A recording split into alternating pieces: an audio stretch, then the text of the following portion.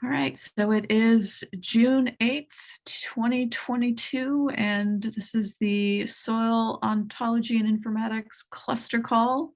And Andres is giving us a presentation today. So thank you for coming to speak with us, Andres. Take it away. Thank you. This is Andres Ferreyra from Syngenta. Thank you very much for the opportunity to speak with you. And as a longtime volunteer participant in many of AgGateway's projects and committees, I'm going to tell you a little bit today about what AgGateway has been doing in soils and in looking to provide some more scale to work that has been occurring in that space. So let me move to the next slide. Why is AgGateway interested in soil testing? We talk about AgGateway a little bit further on, but it's a consortium that deals with implementation of data standards in agriculture. And so the fact is that soils are the most common data layer that farm management information systems and other ag software use to sort of lay the foundation for principled decision making, right?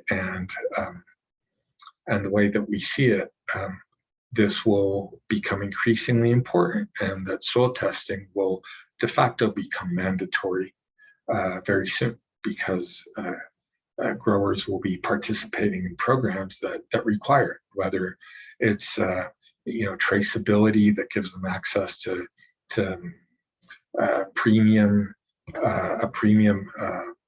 price for their commodity, or they're participating in sustainability programs, or are interested in participating in some carbon or soil health related effort. The fact is, they're going to have to test their soils. And currently, a rather low fraction of row crop land is using variable rate technology, even in the US, that are based on soil tests, which is surprising. And increasingly, we just can't afford doing this wrong, nor can we afford the errors as the crop input costs rise, the errors associated with using the wrong equation or misunderstanding the unit of measure of a lab test, or misunderstanding what the method was that was used to arrive at a result. So the problem is that laboratories trying to do electronic data exchange see that there's over 70 data formats right now, and that's a problem. So the desire is to be able to have a way of standardizing data exchange, whether because the multiple formats are supported and translated in some way, or because some dominant player emerges that the labs can converge to. So that being said, as a motivation, what is AgGateway? It's an industry nonprofit that is dedicated to promoting implementation of standards to advance digital agriculture. It's been around for over 20 years, I think, and or nearly 20 years. It started in North America, initially thinking about supply chain things like facilitating the exchange of invoices or product catalogs and things like that. But now it's global, and its scope is far broader. Now it also deals with field operations, like what happens in the field, the workflows that involve that principled decision making, and sending work orders out to machinery and bringing the data back from the machinery and enabling those processes. It's mostly volunteer driven, so it has a pretty lean staff. And it's organized in terms of working groups now, with some standing committees. Those work groups have limited scope and lifespan. And we're going to talk about working group 4 today, which has to do with lab test data. But the deliverables of AgGateway vary. There's implementation guidelines for existing standards, which is where we mostly like to be. Sometimes when a standard doesn't already exist, then AgGateway will look to collaborate with other organizations in making one. And then we've also done things like tooling and open source frameworks like Adapt. So who participates in these things? Primarily companies within the ag industry. Companies from different segments like seed companies, crop protection, retailers, crop nutrition companies, companies that are in grain and feed, and also original equipment manufacturers, service providers, and so forth from that field operations space that I mentioned earlier. It's got a progressive fee structure, so big companies pay more than the smaller ones. The intent is to reduce barriers to participation, right? While at the same time being able to fund the organization's operations. The concept exists of associate or mutual membership with other organizations. We've got that with, for example, the Ag Electronics Foundation, AEF, and so forth. Individual memberships are also possible. We've got professors and other people that aren't affiliated with member companies but can also join. We got very strong working relationships with different organizations. AEF, ASABE, OAGI, increasingly ISO itself, and so forth. Collaboration works primarily centered around a collaboration platform. So we got this massive instance of Atlassian Confluence and Jira to capture those knowledge contributions by the different working groups. Some of the things we create are distributed via other standards organizations. Say when we created an interoperability standard for irrigation operations data, we did that with ASABE. And so now that's ASABE ANSI US National Standards S632 parts 1 and 3, part 2 we're working on. The supply chain work has been distributed through OAGI. It's called the AgGateway Open Standards or AgE Standards. Some of that material is available only to participating members, primarily the working documents. Mostly the end results is freely available, including open source tools. An important aspect of AgGateway is that it's got a very deliberate and well-crafted antitrust and intellectual property framework that protects members' participation in standards work. And that's something that sometimes people get together, get excited, and start creating tools that at the end of the day, industry can't use because the terms of the licensing and the intellectual property considerations are unclear. So these things are typically radioactive because you never know when something might not come up later, and you might see litigation when you had good intentions. A lot of knowledge sharing and interactions take place in twice annual face-to-face conferences, project-specific meetings, or at least they used to. Then, COVID-19, as with all other organizations that you participate in, more than likely radically altered the MO. We're slowly coming back. Next week, we have our mid-year meeting. It's face-to-face again. We'll see how that goes. Excited about that. So let's talk about SOIL's data now. So we have the motivation, and we have an organization. So what's this got to do with soils? Well, there's an effort that was called Modus, or is called Modus, that as of about 2018 was the most adopted format within the lab segment of the industry. When AgGateway did a triage on it a few years before that, our conclusion was that the payloads themselves, so the structure of the messages, wasn't remarkable, and we provided some feedback that was implemented about things like unique IDs and so forth. But what was really powerful was the controlled vocabularies that they had about analytical methods that are used by the labs themselves. We thought that was very much worth preserving, and that we wanted to help make that happen. So Modus uses an XML format, and they've got schemas and vocabularies for soil, plant, water, manure, nematodes.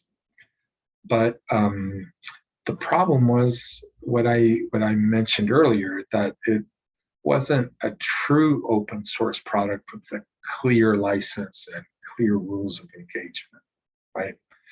It had just started with a group of people that wanted to do stuff, right? So we, around that point, around 2018, they realized that the future wasn't clear and that they really needed a home.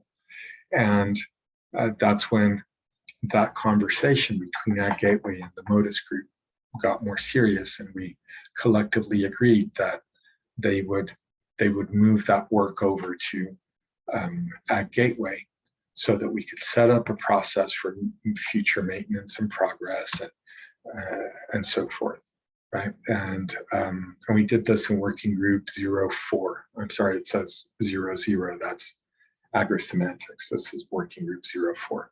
Typo there. So we're looking to evolve it to other serialization formats like JSON that folks are asking for, and maybe lower barriers to adoption and make interoperability with farm management information systems and so forth easier, by also integrating with the ADAPT framework. And things that we've been completing very recently are cleaning up the vocabularies, creating a version 2 of that, engaging with certification organizations in the US, and also starting to have some international conversations. We'll talk about this a little bit more later. And so what this looks like in a first instance is a very big Excel document for each matrix. And let me bring that up so that you can see it a little bit more clearly with a bigger zoom. So what the group has done is they took their original vocabularies, and we challenged them to homogenize it, to say, okay, what kind of meaning here that you're expressing? What's I wish I could scroll sideways. I don't know why it's not letting me, probably because I'm sharing my screen and Zoom is so uncooperative in those situations. But, or maybe I have a frozen pane here. So let's try that. So, so we challenge them to say, okay, can you please figure out what the sort of dimensions in which you're chopping up the meanings here are? Let's try to set up vocabularies for these things as well. So if you're talking about an extraction reagent, can we set up a controlled vocabulary for those? If you have extraction ratios, can we set up controlled vocabularies for those? Extraction basis, extraction time, your analytical method, the units of measure that you want to report with. And so the domain experts very diligently have done that, and have filled in the blanks. And so now we're at the point where we're distilling those things into controlled vocabularies that in turn translate into actual codes that can be used by the labs, right? There already were a set of Modus codes that I mentioned have been used for about 70% of electronically exchanged reports. But they're inconsistent. There was a well-meaning but ultimately overwhelming attempt to bake a little bit too much meaning into those identifiers, right? And the new set struck a bit more of a balance between general idea of saying, hey, identifiers shouldn't really have meaning, they should just identify things, and the idea of helping people that have to debug the data and have to deal with it, and just giving them a sense of, at the very least, what analyte are we talking about. So with that, let me keep going. Minimize this, we can come back to it later. Now, one of our intentions from the AgGateway side, say, can we align this with the effort we're doing in incorporating ISO 19156 a little bit more formally into field operations agriculture. So for the machinery, the machine exchange part, there is an ISO standard that is being used increasingly, which is the ISO 11783 family. But for observations and measurements just across the industry, whether it's things like soil data or data from assets like grain dryers or grain bins or scouting in the field, to things further downstream like conformance requirements for the purposes of quality assurance at the processor level. So things that are more like ISO Technical Committee 34 related, where you've got, you know, starches and bee products and cereals and pulses and things like that. The pattern, the universal pattern laid out by ISO 19156 is applicable again and again and again. So we committed to supporting and promoting that. And just before the call, the name of Simon Cox was brought up as somebody who's been in all these different things. And of course, he is the editor of ISO 19156, and was very helpful in guiding AgGateway's work in trying to customize that very abstract standard onto the agricultural domain, right? And so he was very helpful.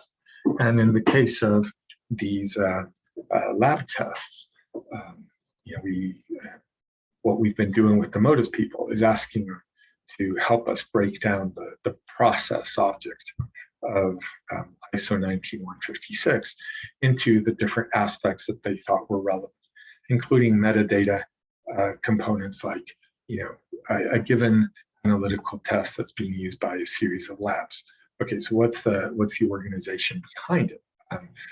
Is there a method that's been published that we can cite, and so forth?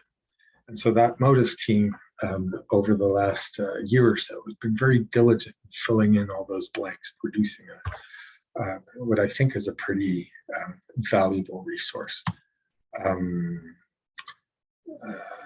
So like I said, we went and fleshed out that process part to see what does that mean from the point of view of lab tests in agriculture. So what's coming next is, you know, we're going to publish that version 2 of the vocabulary, deliver that vocabulary through an AgGateway hosted API. And we're, you know, although our member companies aren't really feeling the need for, you know, an ontology-centric approach to semantics at this time, right? We have absolutely no problem adding URIs to these things. so that they can enable interoperability with Ontology. And if somebody wants to say, okay, this is the same thing that these labs are using, so be it. We want to absolutely enable that, although it's not really our focus right now. Folks are really trying to crawl before they fly and saying, like, can we at least agree on some controlled vocabularies? So AgGateway's working group 0, in this case, Agri-Semantics, does have RESTful APIs for delivering data type definitions for things like geopolitical context-dependent data and things like that. So we're looking to expand that to be able to produce these data type definitions and deliver them. So we also have queued up work reviewing and revising the exchange schema. So the Modus folks have learned several things along the way about how folks order lab tests and how they like to see the reports. So there's some technical debt there to pay in both the part about ordering lab tests and reporting the results. And we want to work on an ADAPT plugin. There's a strong interest from Brazil on both fertility data, which is what I've been talking about, and also the soil maps. So they want to investigate if that underlying observations and measurements model fits, pedological information as is, or if it needs additional work. And our AgGateway team is aware of other efforts there. We're certainly interested in implementing what's already been done, rather than reinventing that wheel. And like I mentioned, working on ag implementation of ISO 19156, both at the US national standard level and at the ISO level as well. And I am one of the conveners of an ISO strategic advisory group on smart farming that was created back in September of 2021 that has the rather ambitious mandate of landscaping what the smart farming space is like in terms of standards, and gap checking it, and then making a set of prioritized recommendations about what ISO needs to do to be able to fully support principled decision making in agriculture in the context of the challenges we have right now of climate change, volatility in the markets, and complexities in supply chains, and the global South being progressively left further and further behind in these ideas of smart farming and so forth. So they're looking to use these recommendations to guide their process of supporting that from the standard space. And one of the things that we're very well aware of at this point is that 19156 has the potential to really bring together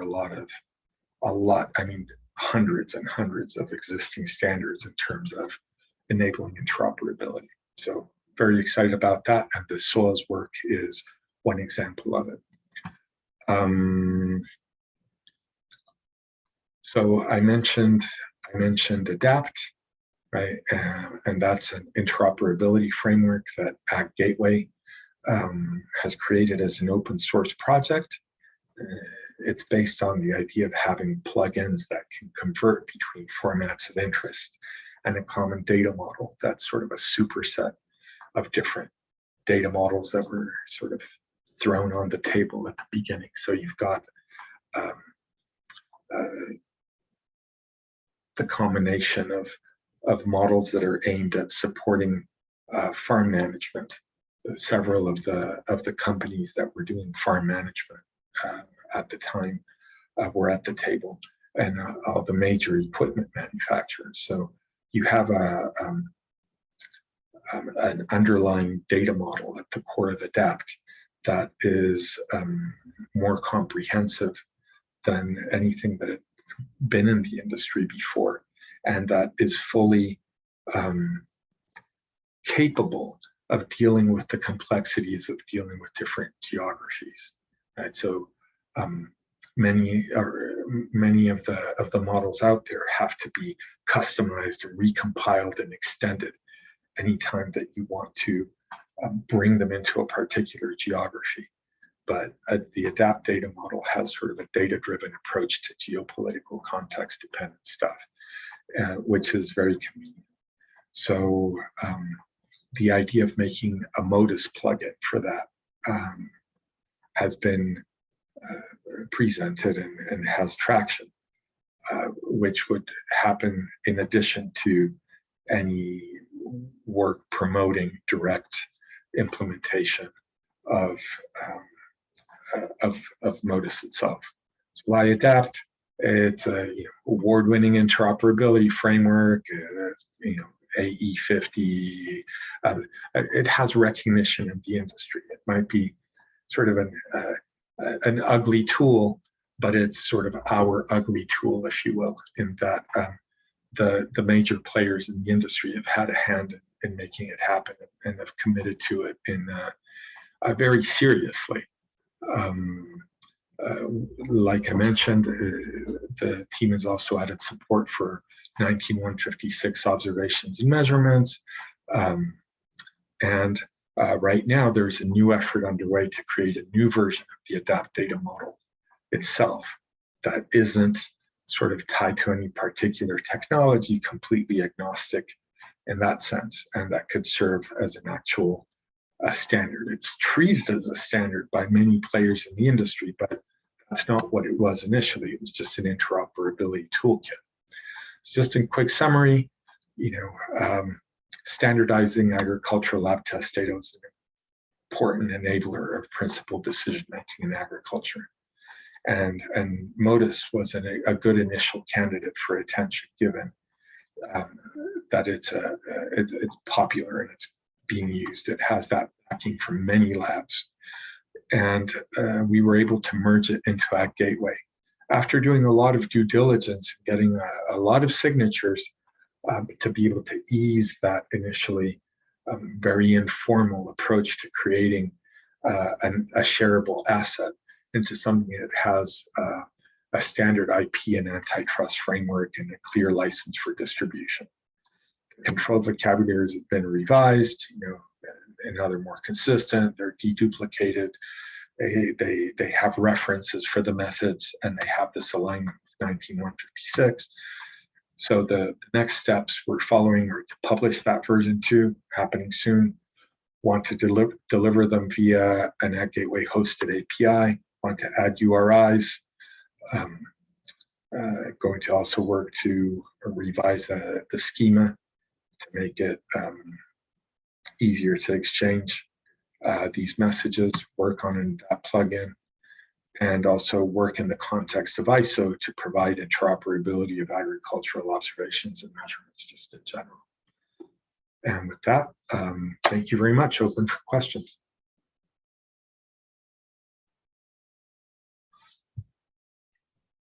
Thank you. That was fantastic. I have a list of questions, and I'm going to take point and ask my first one. The IP framework that you talked about, what are the features that you started with and that you got to that were particularly useful? Was it a CC BY flavor? Did it start with just not being specified at all? How did you wrangle that? Started with it not being specified at all. Okay. Right, which makes it radioactive, because then nobody can really use it, right? Mm-hmm. Because you don't know what's behind that. And so what we've been doing in general with tooling, where you want to have a governance, a transparent governance mechanism, but you don't want to enable spin-offs that muddy the waters, right? So you want to have a sort of centralized governance mechanisms to use the Eclipse public license, right? Which lends itself to that. And when you want to make something that that you do want people to be able to change and distribute in a change form as much as possible, such as like sample code, right? Where you want people to take that code and use it as much as they can, incorporate it into their tooling if at all possible, and so forth. Then we deliver with MIT, with the MIT license, right? But where you want to have that underlying governance process, and you want to make it open, but you don't want to spawn, adapt plus better than the original and so forth. That just confuses people, and takes you back to that that comic about we have 14 competing standards, we need one to rule them all, right? And then it ends up with we have 15 competing standards. Well, looking to sort of discourage that, Eclipse is a good choice for that. Okay. Does anyone want to take the second question? Otherwise, I'll keep going down my list. Yeah, I got one. That's okay. So that was really great, really interesting work that you're doing. So I'm in the Phoenix area, and I'm in an urban program. So I don't do anything with agriculture, but we do work with these companies that provide data to the agriculture industry. So one is Western Ag, for example. They do soil sampling, and then another Arable. They provide climate data. So we use their instruments for non-ag purposes.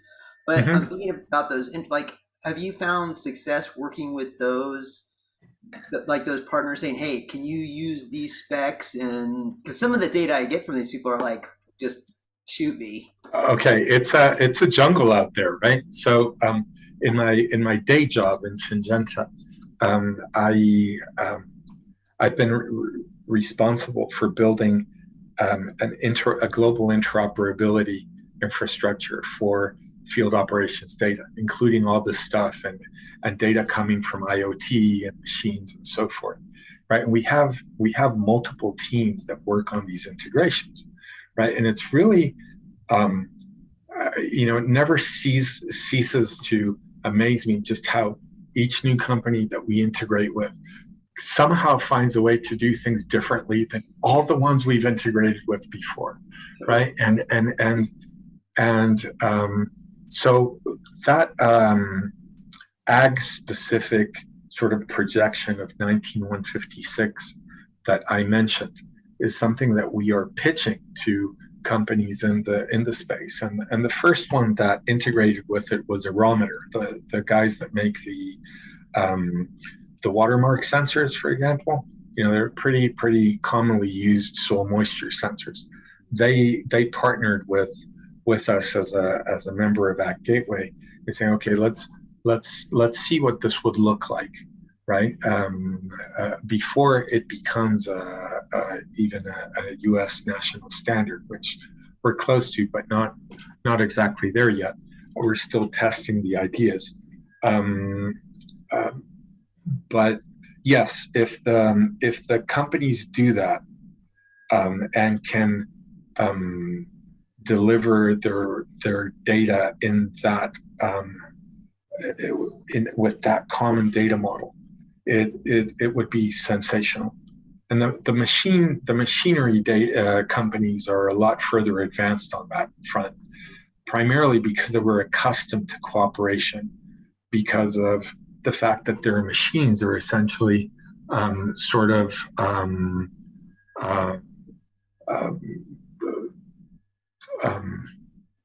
descendants of automobiles, for example, where you've got this J1939 architecture of a bus that competitors had to agree to, right? And so those fights were fought in the automobile industry before. And then as machinery manufacturers in ag started growing, they have started implementing these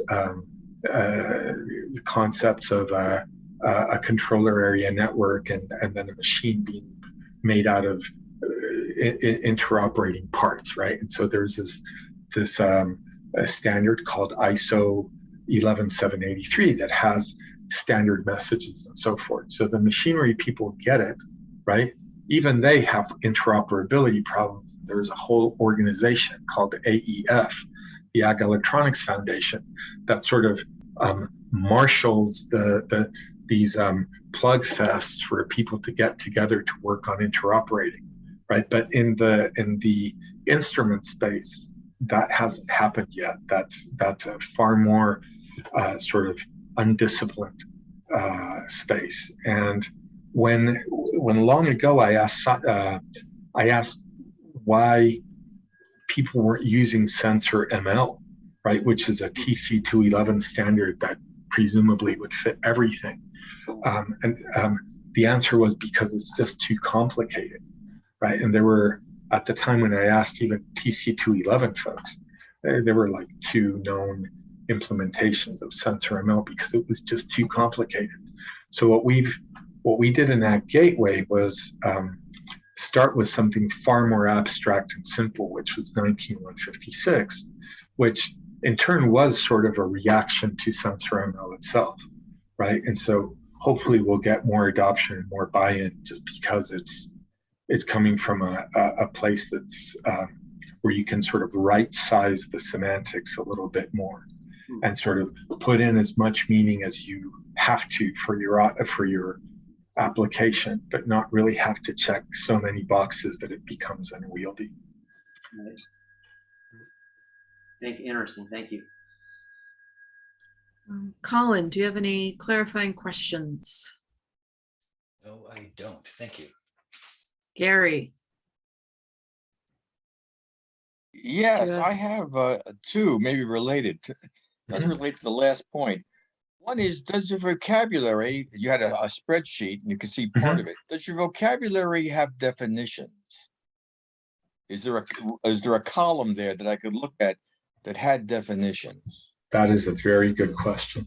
Let me show you again what this is set up as. And I'm just curious, how many entries does that control vocabulary have? It has several hundreds for soils and then progressively less for tissue and manure and so forth. For soil health, for example, there's only a couple dozen and so forth. It's just the methods that the labs are using right now. So I think there's about, I may be doing some filtering here on this spreadsheet that I can't immediately see, but there's at least those 610 different methods. And so the definition, our lab friends read this like an open book, right? And me, as being more of a data guy than a lab guy, have a bit more of a problem. But when they say, when they look at it, they say, yeah, of course, this is, like a malic 3, sulfur. And then, if it's some special case, they'll tell you it's, mass over volume or volume over volume basis. But we haven't felt the need to have a definition beyond a sort of compositional approach to the little parts, right? So we asked them to tease apart the parts because otherwise this didn't make sense to people who weren't in the lab segment working on this daily, right? And so by virtue of them having filled out all the boxes, if you will, now this is comprehensible to other folks. But are you thinking of a definition that can be sort of a human-friendly label that you can look at when you're looking at the code list? Very much human-friendly, because we were talking about the difficulty with things like sensor ML before. That's too complicated, and you're simplifying it. Well, from a human point of view, if you have a definition, that's really a very simplified semantic. And the second question was in relation to this, how would these terms relate to the data model you've talked about? It seems to me these are very important aspects. Sure. Reflected in the data model. And just to make the final point, in a definition, I see relationships between things, like this is a subtype of this, it's related to this in some way. And therefore, the definition helps me sort of understand the data model and flesh out the data model. I'm just wondering about the relationship there. Let me go back. Let me see if I understood your question. And let's talk about it in the data model, in the ISO 19156 abstract data model itself, right? So 19156 is very abstract, and what it does is it really assumes that you're going to have different classes of objects for, like, the feature of interest, which is the piece of the universe that you're going to look at, which could be, the atmosphere, or it could be a proximal feature of interest, like a specimen, or a soil core in our case, right? Like a barcoded bag of soil that shows up at the lab. And then you have observed properties on that, which are essentially those analytes that we just saw a list of, right? The aluminum, the sulfur, and so forth. Then you have the process or method, which is things like, the rest of the chunk of stuff, which is the Malik-3 with this extraction reagent and this extraction a ratio and this extraction basis and so forth. And you've got other metadata like who took the sample and so forth, and then attributes of the observation itself, like the phenomenon time, the result time, and all those things, in addition to the result itself and the observation context, like all these different observations that traveled together because they came from the same sample and things of that sort. So the approach we have taken has been to try to simplify this as much as possible, and so use controlled vocabularies as much as possible. The amount of data that comes with the analytical methods has suggested that we need something a little bit richer than just a controlled vocabulary for the methods, that we really need to keep track of all these other things, because our data people tell us that they want to be able to query by them, right? Which is ultimately a very quick ender of arguments in the industry. If you need to query by something, then that means that your data model and your data structures are going to have to support it. So we've got folks that are wanting to query by the analysis method itself, not just by everything that you've got wrapped up into a lab test method, right? So these little objects are going to need to stand on their own. We've got a data model for our 19156 implementation that uses these things called code components that are like little nuggets of meaning that that have, like a type and then a couple of nested controlled vocabularies beneath them and a couple of other references that have been allowing us to manage these things like lists of features of interest and lists of observed properties and lists of processes up to now. And the problem we're dealing with at this juncture over the next few weeks is what is the sort of simple but at the same time powerful way of enabling this nesting that you see here, where a particular process might really have different parts of it. So do we want to put all the different parts as siblings of the parent, or do we want to enable some form of nesting? So a couple of the companies are actually doing test implementations of these things as we speak. And so some of our development teams are having opinions about this that are going to ultimately influence the architecture. Did that answer the question, or did I run off in a very different direction? Well, it helps me understand some of the complexity you're struggling with and dealing with, and I can certainly appreciate that. I just would make a sort of a high-level comment on this. These are very high-level models as well as being abstract. And looking at them, they're sort of like stars. And just my first impression would be that there's a complexity of relationships between some of these elements that is missing in a star. it may be incrementally, you can add a little bit of that understanding. It may help down the road, because it would take a lot of analysis to do that. Feature of interest to me, for example, might be in the center where observation is. The central thing is the feature of interest, and you make an observation on it. There's any number of different conceptualizations you might have about that, or how the analyte has a relationship to the matrix, for example, things like that. So I'm just thinking it is, you don't necessarily need a full ontology, but you do need some sort of systematic relationships between these things, perhaps, to sort of understand really the data, and it would come out of the definitions in part. And that's where we have a URI. We might not be going there, but we want to enable others to go there comes into play, right? Because I've asked some of these questions, and so for like feature of interest, we've got essentially something coming from ADAPT that allows you to contextualize stuff in terms of like the grower farm field tree of an operation, and be able to accommodate things like a latitude, longitude, call it a position, if you will, then a location, which is that latitude, longitude with an identifier, maybe a facility, which is that location with some kind of purpose and maybe a more complex spatial footprint, and then the grower farm field tree and identifiers for specimens, and maybe some vocabulary for a specimen type.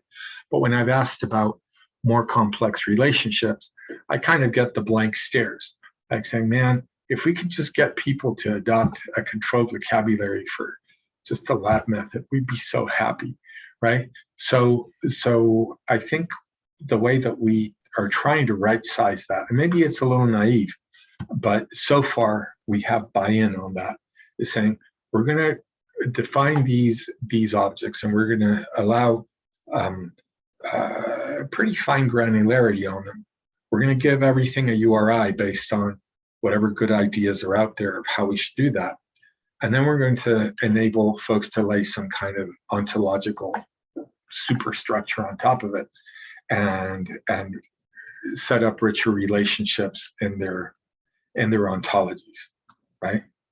I meant to say semantic, not ontological earlier. But so let that additional richness come from folks that need it. You might add a few of those words in your next steps. Make it clear about this is an important incremental thing to try to handle over time. Yeah. So what you just said is add a caveat that this is an incremental approach and not something that attempts to solve all problems for everybody. Keep it on the agenda so that people know it, that it's a goal that you're working towards, and there will be benefits of that. That's a good point. On that note, I think I'm going to stop the recording now, since we are at the top of the hour.